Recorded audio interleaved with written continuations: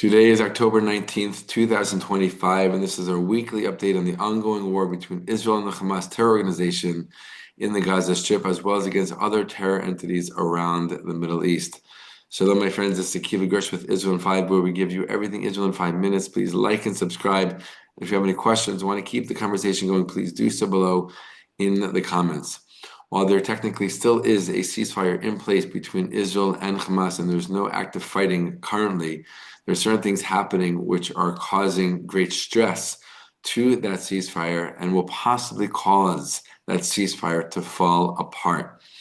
To date, the remaining 20 living hostages, as we know, have all been returned home on the first day of the agreed release of hostages. But that same day, Israel released almost 2,000 prisoners from Israeli jails, including many of them with blood on their hands.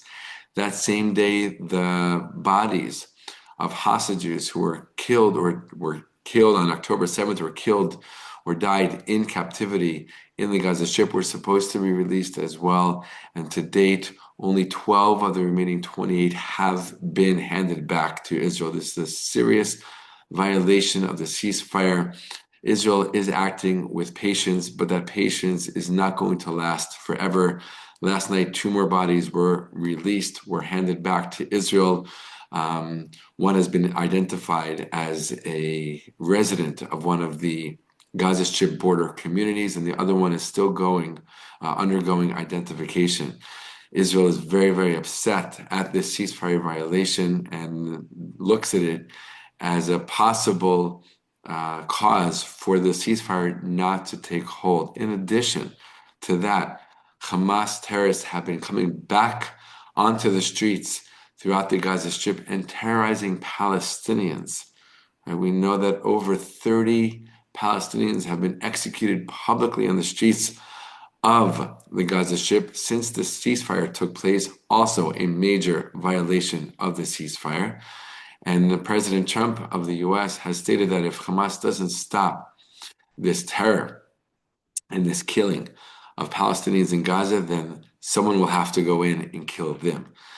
Trump did follow up those comments saying that it won't be the US, but that it could possibly be other regional partners and possibly even Israel getting the green light to go back to fighting to hunt down these terrorists and make sure that they stop this brutal murdering of people on the streets of the Gaza Strip. Hamas also just did announce that they do not intend to put down their arms. They do not intend to disarm, and they do not intend to give up control of the Gaza Strip. Also, a violation of the ceasefire. So right now things are very, very fragile. It's day to day, you can even say hour to hour, as to what will be next. Israel obviously is still within the borders of the Gaza Strip, up to about 50% of the Gaza Strip. Israel has a military presence. They just pulled back to a certain line, but did not pull back entirely out of the Gaza Strip for obvious security reasons and for reasons exactly like this. If need be, they will push back forward into the rest of the Gaza Strip, where they pulled out of about a week ago, to make sure that Hamas does not try to take back power, does not take over the streets, and does not kill people in cold blood as it has in this past week.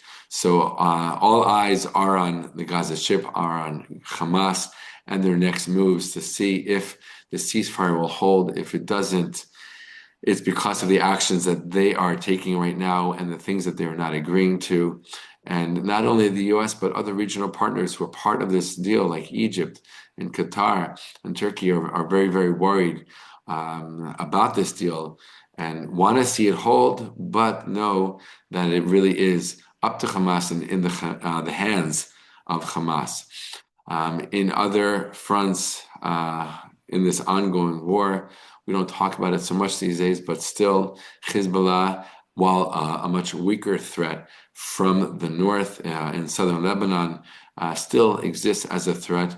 And Israel is carrying out a 5-day training drill on the Lebanese border in the north to make sure that it is ready for any potential attacks from Hezbollah.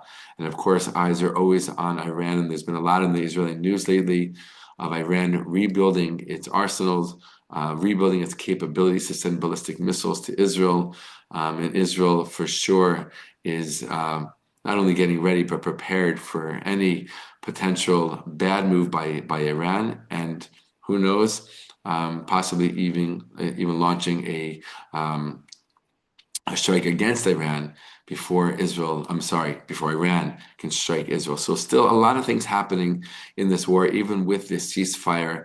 It's tense, it's fragile, it's not strongly in place. And really, again, as I said, is a day-to-day kind of situation to see if things will hold. Right now, it looks like things are falling apart. Again, more than half the bodies of the deceased hostages, of the killed hostages, have still not been returned to Israel. And that is a major, major violation for Israeli politicians and military leaders. To end on a good note, it's been amazing to see the 20 living hostages come home. Some of them already leaving the medical facilities that were taking care of them in the first days after the release, returning to their homes, returning to their lives, but of course, still very much have a long path of rehabilitation, physically, emotionally, mentally, psychologically, ahead of them. But the country has literally been giving them a huge hug. All kinds of music stars coming to visit them, all kinds of people coming to support them. And there's been really powerful moments. While at the same time, they're sharing more and more of their experiences in captivity, heartbreaking, impossible moments that they endured for 2 years. But again, at the same time, it is so good to know that they're home, surrounded by their family, their friends, their loved ones, getting the help and support and healing that they need. And again, the country is there for them, hugging them with a very, very big and loving hug. All the best, my friends, and be well.